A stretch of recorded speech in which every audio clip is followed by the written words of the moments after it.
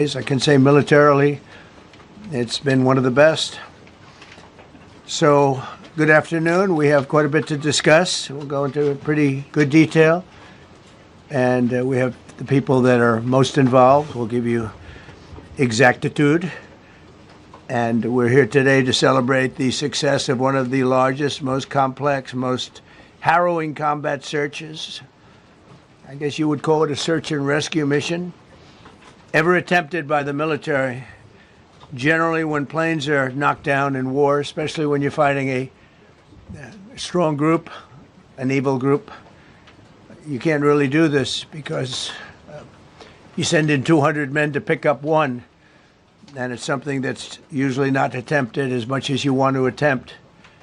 And bad things happen to that one or two. And in this case, we did two, and it might not have been attempted before, but we did. And we had great talent. We got a little luck too, I would say. And we were helped by a lot of people, a lot of great people. And it was an honor to be involved with it. It's very historic. This is a rescue that's very historic. It'll go down in the books. Late Thursday night, an American F-15 fighter jet went down deep inside enemy territory in Iran while participating in Operation Epic Fury, where we're doing unbelievably well, well at a level that nobody's ever seen before. The entire country could be taken out in one night, and that night might be tomorrow night.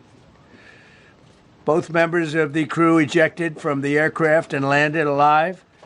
On Iranian soil, I immediately was asked to make a decision. I ordered the U.S. Armed Forces to do whatever was necessary to bring our brave warriors back home. A risky decision, because we could have ended up with 100 dead as opposed to 1 or 2. It's a hard decision to make. But in the United States military, we leave no American behind. We don't do it. Within hours, our armed forces deployed 21 military aircraft into hostile airspace, many flying at very low altitude, being shot by bullets.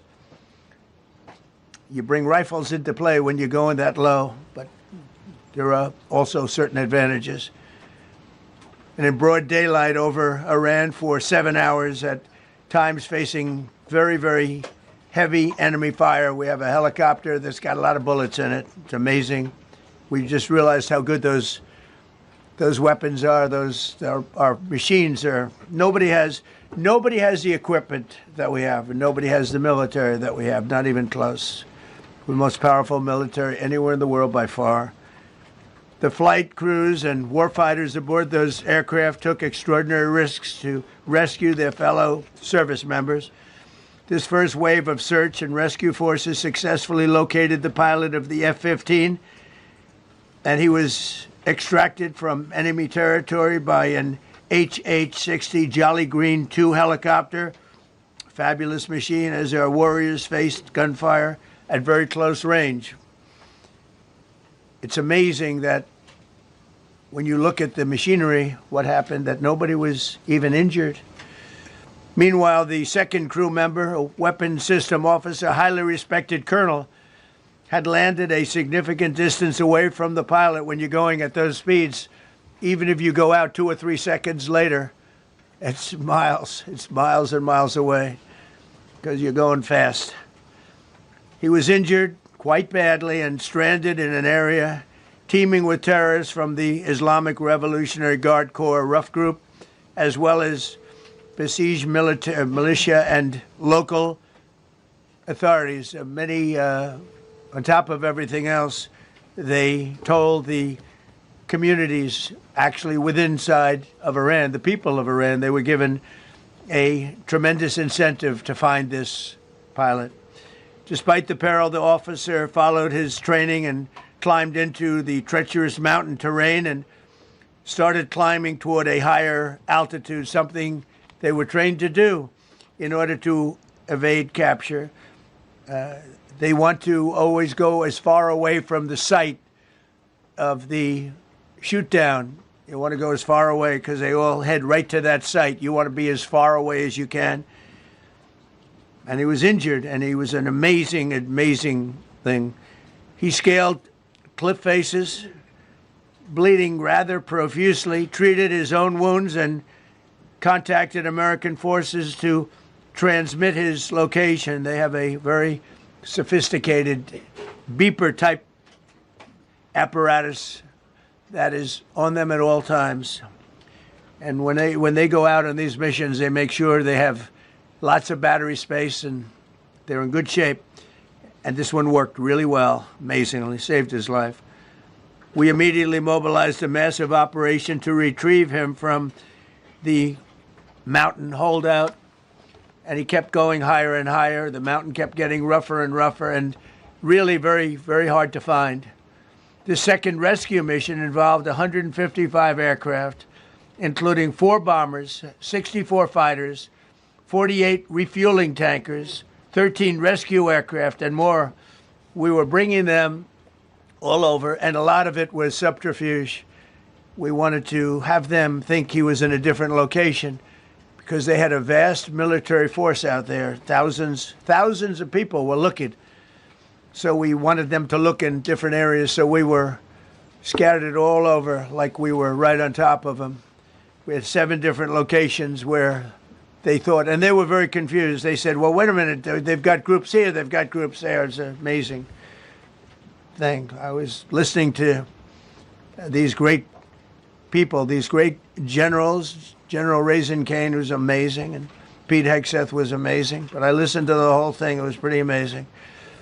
So they had all these different sites where everybody thought he was located. We think we have him over there because they have 9 planes circling a little area that's 25 miles down the coast. So in a breathtaking show of skill and precision, lethality and force, America's military descended on the area, the real area, engaged the enemy, rescued the stranded officer, destroyed all threats, and exited Iranian territory while taking no casualties of any kind. The heroic F-15 weapon system officer had evaded capture on the ground in Iran for almost 48 hours. That's a long time when you're in tough shape and when you're bleeding. It's a long time. When we left, as you probably know, we had 2 large planes, pretty old planes that carried a lot. We needed a lot more equipment going in than coming out, obviously, because going in, we needed to be able to scale mountains, and we had a lot of equipment. But the sand was sandy, wet sand, so we thought there may be a problem taking off because of the weight of the plane, and then we also had all the men jumping back onto the planes, and they got pretty well bogged down, and we had a contingency plan, which was unbelievable, where lighter, faster aircraft came in, and they took them out. We blew up the old planes. We blew them up to smithereens because we had equipment on the planes that, frankly, we'd like to take, but I don't think it was worthwhile spending another 4 hours there taking it off. So we didn't want anybody to have, we have the best equipment anywhere in the world. We didn't want anybody examining our anti-aircraft and other equipment. So these were large planes that were old and pretty old, and we blew them up. And we had faster, lighter planes come in, and they were able to land on the sand. We needed the bigger planes because we had so much equipment that we needed. We took 3 helicopters over there, which were very strongly used and couldn't have lived without them. They did, and they performed unbelievably well. And if you'd see it, you wouldn't believe it. They came off the plane, and these guys had them. The rotors were off. They rebuilt these helicopters in less than 10 minutes. And that was one of the more amazing things. These are helicopters, small, unbelievably powerful, but small, very small, so it can get into certain areas. And they got them off the plane, and they rebuilt all 3 of them in a matter of less than 10 minutes. It's pretty amazing what the genius of these people. Who would think that? You'd think it would take 5 days to build them. And in some companies, it would take 5 days, and they wouldn't do it well. But they served us well.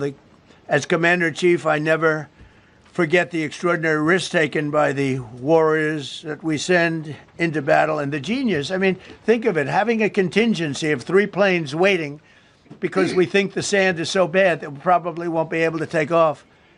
And the planes really got bogged. The sand was, this was not much of a runway. This was a farm, not a runway. It's a farm, but it did the trick. But to have a contingency as opposed to having to wait 2 days, can you imagine right in the middle? This was central. This was right, you would call it central casting if you were doing a movie for location. And probably the toughest area of Iran where we'd be sitting there. So these planes came in, those pilots came in so fast and so quick and got out of there. Everybody got aboard and just got 15-minute intervals. 1 load out, 1 load out. 1 load out. It happened, and we were watching, and we said, "That's amazing." It's in many ways, I was almost more impressed by the contingency that we had than the fact that if we would have had a runway or decent soil. But it was an amazing thing. But we thank God for every single one of them and the talent, the genius. It's not even talent; it's genius. It's the whole ball game. Every one of them.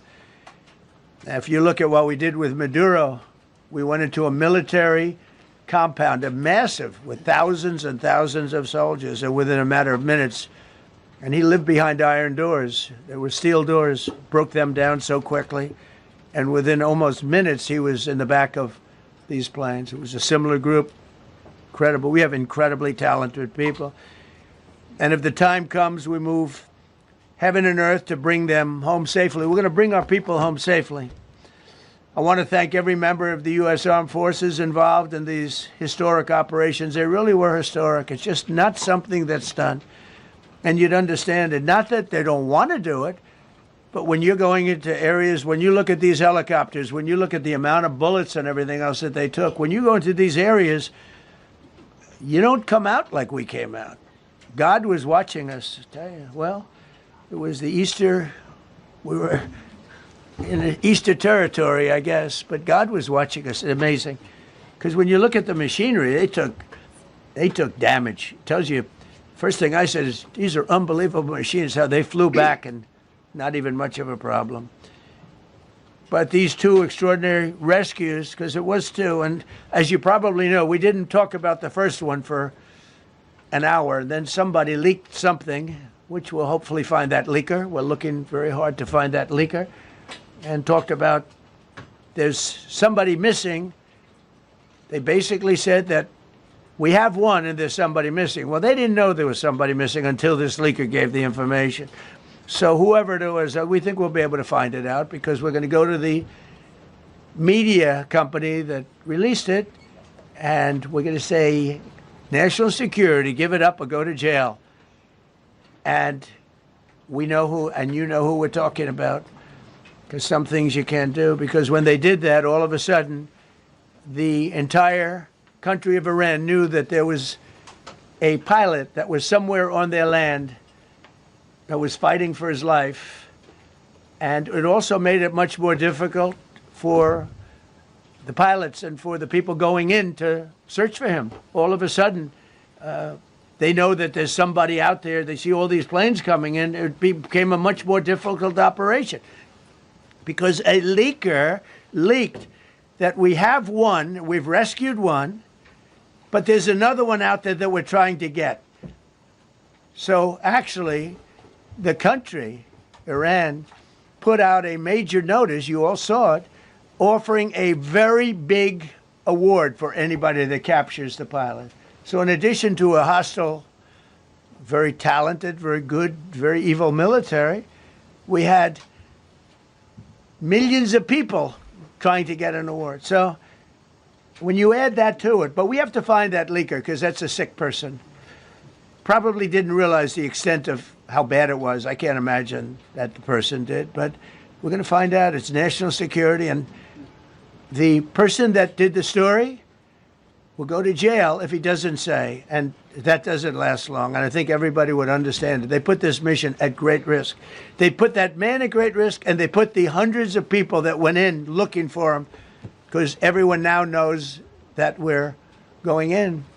Over the past 37 days, America's armed forces have carried out more than 10,000 combat flights over Iran, unheard of, striking more than 13,000 targets. The F-15 we lost last week was the first manned aircraft downed by the enemy in this entire operation, with thousands and thousands of flights. They got lucky. It was a lucky hit. You know, eventually you get lucky. But we got lucky too because we got both of them back. But it's a record that is unparalleled in the history of military air operations. Nobody's ever seen anything like it. It's such an honor to be involved with it. We were up late at night, and then we were waiting for those contingent planes to come in, and we say, come on, let's go, get in, because they're waiting out on this farm without a runway, with wet, crummy soil, sand, mostly sand, wet sand, and it eats planes alive. And we're waiting, and we're saying, I hope that one can land and take off. And they came in like magic, boom, boom, boom, one after another. It was like genius. I'm so impressed by that. Because we were a little concerned. We said, boy, if they don't get in and get up fast, we're sitting in them. And that's called Iran Prime, right, General? That's where the whole bet is. And here we are sitting there waiting for a plane. But they came in so fast and so hard, and these guys knew exactly what to do. Let's go, come on, get in, let's go. Pwah. They came one right after another, not at the same time. They don't want to come at the same time. They had to come right after each other. They didn't have any room. There was barely any room to land. Tiny little patch of very wet earth and sand. So I'm so proud of the people that I have standing up here with me, and many others that worked. I mean, so many. Steve Witkoff's over here. He's doing fantastically. Jared Kushner. But the people that are here, the job they did is amazing. And I think I'm going to introduce the head of the CIA, and he is a man he's central casting, okay? If we cast a movie, he's going to play the head of the CIA. He's one of the few. John Ratcliffe, he did a phenomenal job that night. He did something that I don't know if you want to talk about it. If you want, you can. I'm not sure you're supposed to. I'm not going to talk about it. But the CIA was very responsible for finding this little speck. It's like they used an expression on one of the shows. A general was talking about, it's like finding a needle in a haystack, finding this pilot. And the CIA was unbelievable. And you may, if you can, you'll talk. It might be classified, in which case I'd have to put him in jail if he talks about it. And I don't want to put him in jail. He doesn't deserve that. So, John, do you want to say a few words? Thank you. Thank you, Mr. President. It's a privilege to be here with you today to share what we can about this exceptional mission and to recognize the ingenuity and bravery of those who executed it, as well as the leadership and resolve of the president who ordered it. One thing that has been clear to me in this role is that the flawless military operations that the Department of War is known for are hostage to flawless intelligence. We saw that in the skies over Iran in Operation Midnight Hammer last summer. We witnessed it in Venezuela during Operation Absolute Resolve. We've seen it against the cartels in the Western Hemisphere, and we're seeing it every day in Operation Epic Fury, including this mission to rescue an aviator buried deep behind enemy lines. Because it is the unique tradition of the U.S. Armed Forces that we leave no man or woman behind, this was a no-fail mission. That was the spirit in which the President put us to work, and we were determined not to let him down or our airmen down. As an agency, the CIA possesses unique capabilities that only the President can deploy. Some of these capabilities fall under covert action authorities. And because covert means exactly that, I'm not going to be able to tell you everything that you want to know. At the President's direction, we deployed both human assets and exquisite technologies that no other intelligence service in the world possesses to a daunting challenge, comparable to hunting for a single grain of sand in the middle of a desert. This was also a race against the clock, as it was critical that we locate the downed aviator as quickly as possible, while at the same time keeping our enemies misdirected. For that reason, in addition to the human and technical assets deployed by the President to find our airman, CIA executed a deception campaign to confuse the Iranians who were desperately hunting for our airmen. On Saturday morning, we achieved our primary objective by finding and providing confirmation that one of America's best and bravest was alive and concealed in a mountain crevice, still invisible to the enemy, but not to the CIA. That confirmation was relayed by Secretary Hegseth to the President, and the operation quickly moved to the execution phase. Following the successful exfiltration on Saturday night, our intelligence reflects that the Iranians were embarrassed and ultimately humiliated by the success of this audacious rescue mission.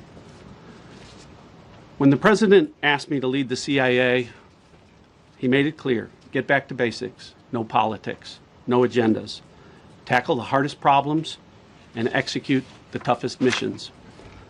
This President is about results, and now that's what his CIA is about too. The professionals at the agency and at the Department of War deserve immense credit for their flawless execution during this daring mission. Their skill, creativity, and courage are unmatched on the battlefield wherever they step. But none of that matters, and all of that is wasted without a president with the political courage to put them into action. Mr. President, I've had the privilege of seeing you act with political courage in the best interest of the United States up close on a daily basis, and I'm grateful that this successful mission has given the American people a window into that as well. The Secretary and Chairman will tell you that our service members' confidence is boosted by a Commander-in-Chief who has their back the same way they have yours. And I know that the confidence of CIA's officers is boosted by the knowledge that their work is informing a president who's not afraid to make the hardest decisions when the stakes are highest. And to the American people, your confidence should be boosted by knowing that the security of the nation is in the hands of a president who's willing to take on problems that have confounded both sides of the political aisle for nearly half a century. It is an honor to serve under a leader who just proved that you can believe him when he says, no matter what, we will leave no one behind. We will come for you. Thank you. Thank you,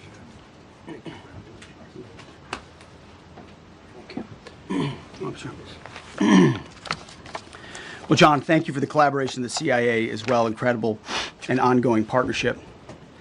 Ladies and gentlemen, fellow Americans, and especially the brave warriors in our armed forces, over this Easter weekend, the United States military has once again proved why we possess the greatest fighting force the world has ever known.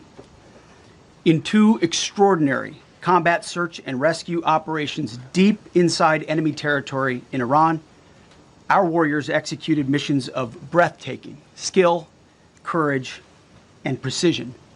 When our warriors are unleashed, as this president has allowed them to be, they are unstoppable. When American airmen were down behind enemy lines, our forces and our president did not hesitate. Special operators supported by elite air crews and intelligence professionals moved swiftly and decisively into treacherous mountain terrain under the constant threat of Iranian forces closing in. Ultimately, it was an impotent Iranian threat. And today, as the CIA director mentioned, Iran's military, and we know this, is embarrassed and humiliated, and they should be. Now, these are not routine operations. They were high-risk, high-stakes missions conducted in the heart of enemy territory. This was not just barely into Iran, this was deep into Iran, involving coordinated strikes to suppress threats, deception tactics to protect our teams, and full synchronization across air, ground, and special operations. The Iranians are still asking themselves right now, how did the Americans do this? One downed airman evaded capture for more than a day, scaling rugged ridges while hunted by the enemy. When he was finally able to activate his emergency transponder, his first message was simple and it was powerful. He sent a message, God is good. In that moment of isolation and danger, his faith and fighting spirit shone through. You see, shot down on a Friday, Good Friday, hidden in a cave, a crevice, all of Saturday, and rescued on Sunday. Flown out of Iran as the sun was rising on Easter Sunday. A pilot reborn, all home and accounted for, a nation rejoicing. God is good. Despite incoming fire and unforgiving conditions, our troops brought every American home. No American lives were lost. We leave no man behind, and that is not luck. It's the result of unmatched training, superior technology, an unbreakable warrior ethos, and sheer American grit. Our special operators, pilots, and support crews performed with near perfection under fire, and they were lethal. Just ask any Iranian soldier who dared attempt to get anywhere near that pilot before or during that mission. Death from above. Our troops turned a potential tragedy into a resounding demonstration of American resolve and capability. That's what excellence in uniform looks like.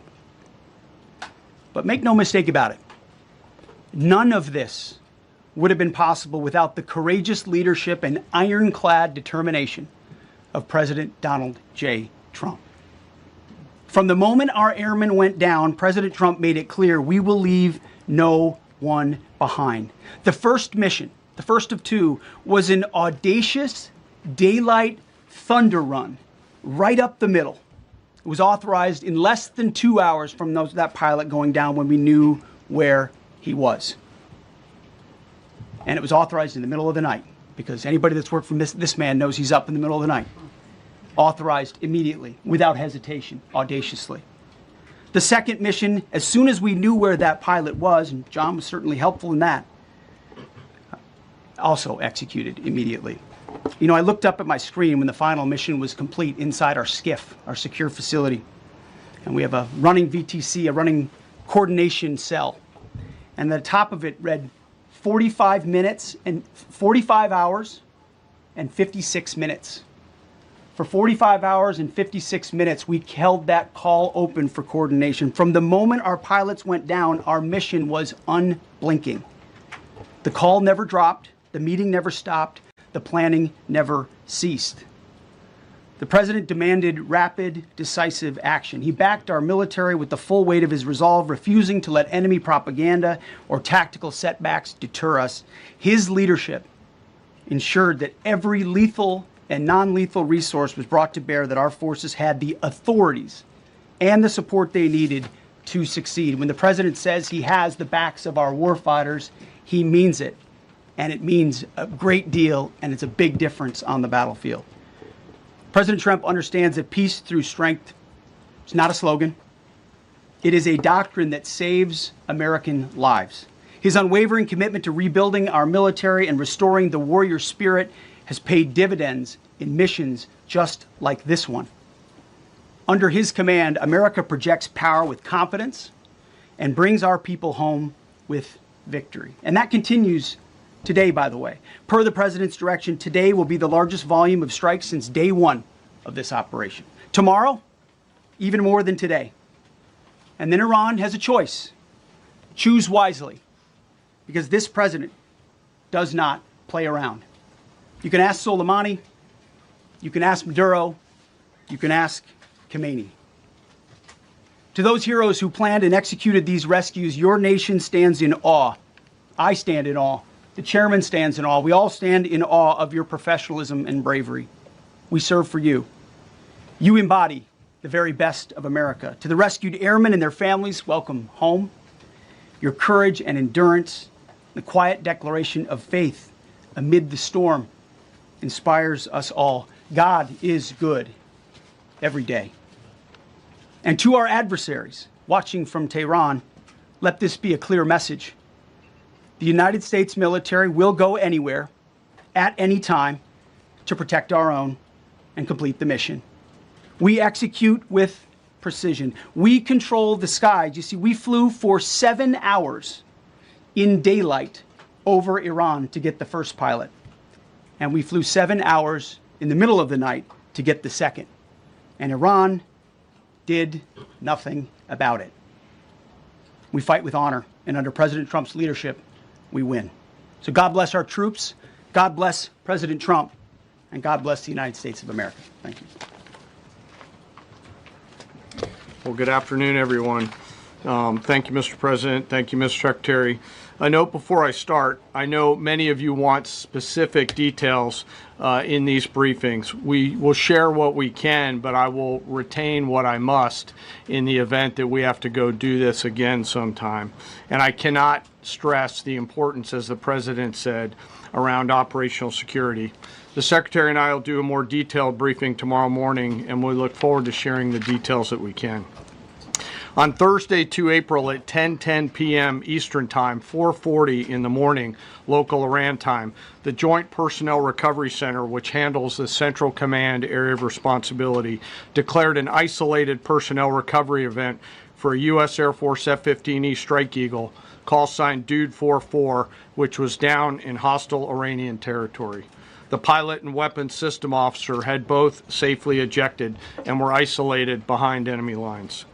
Following confirmation of active rescue beacons and on the direction of the Secretary and by order of the President, a rescue operation was launched with the stated purpose of bringing both Americans home safely. As the Secretary said, several hours later on the morning, after positively locating the front seater, call sign Dude 44 Alpha, and aware of an aggressive ongoing search by the enemy, a U.S. Central Command plan was approved by the Secretary and the President. Shortly thereafter, a U.S. Air Force Combat Search and Rescue Task Force, comprised of A-10 Warthogs in their Sandy role, and I'll describe what that is in a minute, HC-130 Combat King 2s, HH-60 Jolly Green 2 helicopters, and Air Force Special Warfare Airmen, a package comprised of combat rescue officers and pararescueman operators, audaciously penetrated enemy territory in broad daylight to find, fix, and recover Dude 44 Alpha from behind enemy lines.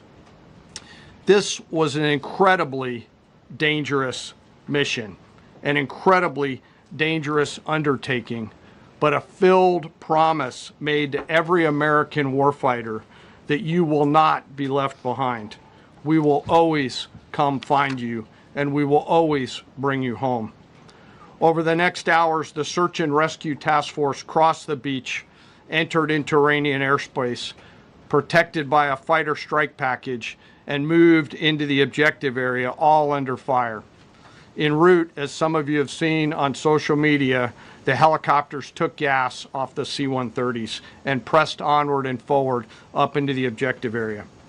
While this was ongoing and out in front of them, the Sandy flight of A-10s and other remotely piloted aircraft, drones, and other tactical aircraft were violently suppressing and engaging the enemy in a close-in gunfight to keep them away from the front seater and allow the pickup force to get into the objective area. During this engagement, one of the Sandy aircraft, the one primarily responsible for communicating with the downed pilot, was hit by enemy fire. This pilot continued to fight, continued the mission, and then upon exit, flew his aircraft into another country and determined that the airplane was not landable. This was one of our A-10 Sandy aircraft. The pilot then made the decision to eject over friendly territory and was quickly and safely recovered and is doing fine. After picking up Dude 44 Alpha, the HH-60 Jolly Green fight was engaged by every single person in Iran who had a small arms weapon. And one of the aircraft, the trailing aircraft, took several hits. The crew sustained minor injury, and they are going to be fine. A note for those of you that do not know what a Sandy does. named after the flight call sign that did this very mission in Vietnam, flying A-1 Sky Raiders and A-7 Corsairs. A Sandy has one mission: get to the survivor, bring the rescue force forward, and put themselves between that survivor on the ground and the enemy. They are committed to this. This is what they live for, and this is what they've trained for over many, many years. The A-10 force and the rescue force did a fantastic job rescuing Dude 44 Alpha. He was recovered Friday afternoon. As I said, and the nation needs to know this, this was an incredibly brave and courageous mission, and a testament to the courage, skill, and tenacity of the Joint Force and our leaders. And especially a daylight option, having the guts to try, means so much to so many. Meanwhile, the backseater, as the President and the Secretary have said, had continued to work and survive. Through the hours of daylight, Dude 44 Bravo, the backseater, evaded. Using every means available, the efforts of the United States military, the Central Intelligence Agency, and others were attempting to find and locate with precision Dude 44 Bravo, the backseater. A note on the backseater and the front seater. The single most important contributor to a successful rescue operation is the spirit of attack inside the heart of that downed aviator. Their will to survive, their will to evade, their will to recover is everything. In this case, the backseater's absolute commitment to surviving made much of our efforts possible. On Saturday, 4 April, after establishing positive communications with the backseater, we learned, as the President said, that he was injured and actively evading enemy forces. And thanks to our interagency partners, we were able to get eyes on his location and positively ID him. Throughout this entire time, the enemy force continued to search for 44 Bravo, and the Joint Force continued to strike them over and over and over again. Fighting off marginal weather in Iran and the enemy's search for a second time on Saturday, at the recommendation of the CENTCOM commander and at the approval of the Secretary and the President, we launched a rescue task force to recover Dude 44 Bravo. Again, this came to the President and the Secretary for approval, this time with a much larger force package based on the time that the enemy had to prepare to find 44 Bravo. Again, this force was protected by A-10 Warthogs using the Sandy call sign. And this force had one single mission: do everything they can to bring an American home. This meant having a plan, being prepared to execute that plan, and, more importantly, being prepared for multiple, simultaneous contingencies. And because of this force's professionalism, grit, and determination, fight off two enemies at the same time: the enemy searching for 44 Bravo and contingencies, which anyone who has done these types of missions knows we run into every single time. The force fought off both of those enemies incredibly well. During the period of darkness on Saturday, and as the Secretary said, into Easter Sunday and into the daylight, the force fought its way in and rescued Dude 44 Bravo. They were protected overhead by an air armada, including tactical drones, strike aircraft, and others.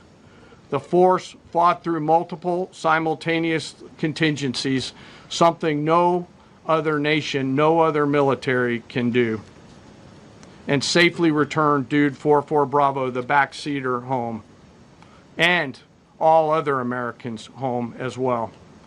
At midnight 12 local Eastern time, Easter Sunday, more than 50 hours after the start of this operation, the Joint Personnel Recovery Center declared Dude 44 Bravo, both the front and back seater, returned to friendly territory. The courage demonstrated by both the pilot and the weapons system officer while isolated and them invading the enemy cannot be overstated. Their grit and warfighting tenacity is a direct result of the absolute trust they have in our rescue forces, their training, and their will to survive and return. They always knew that we would be ordered to go get them, and they always knew that we would be coming to get them. These two operations reflect our nation's most sacred obligation to our military service members. We leave no one behind, bless you. It also perfectly captures the first truth of our special operations forces, that people are more important than hardware. That is the standard we live by, and the rescue forces that execute these missions operate under a clear motto: these things we do that others may live. Their actions were a direct embodiment of that commitment to others, and I could not be more proud of each and every one of them today. As the Secretary said to our enemies, this operation serves as a clear reminder of the capability and will of America's joint force. The United States of America will recover our warfighters anywhere in the world, under any conditions, when we want to. We will always bring overwhelming skill and firepower.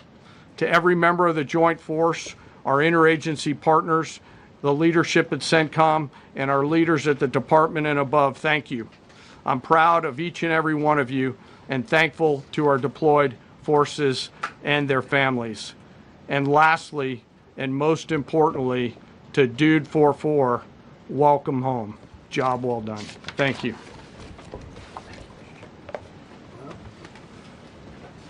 Pretty amazing. Pretty amazing.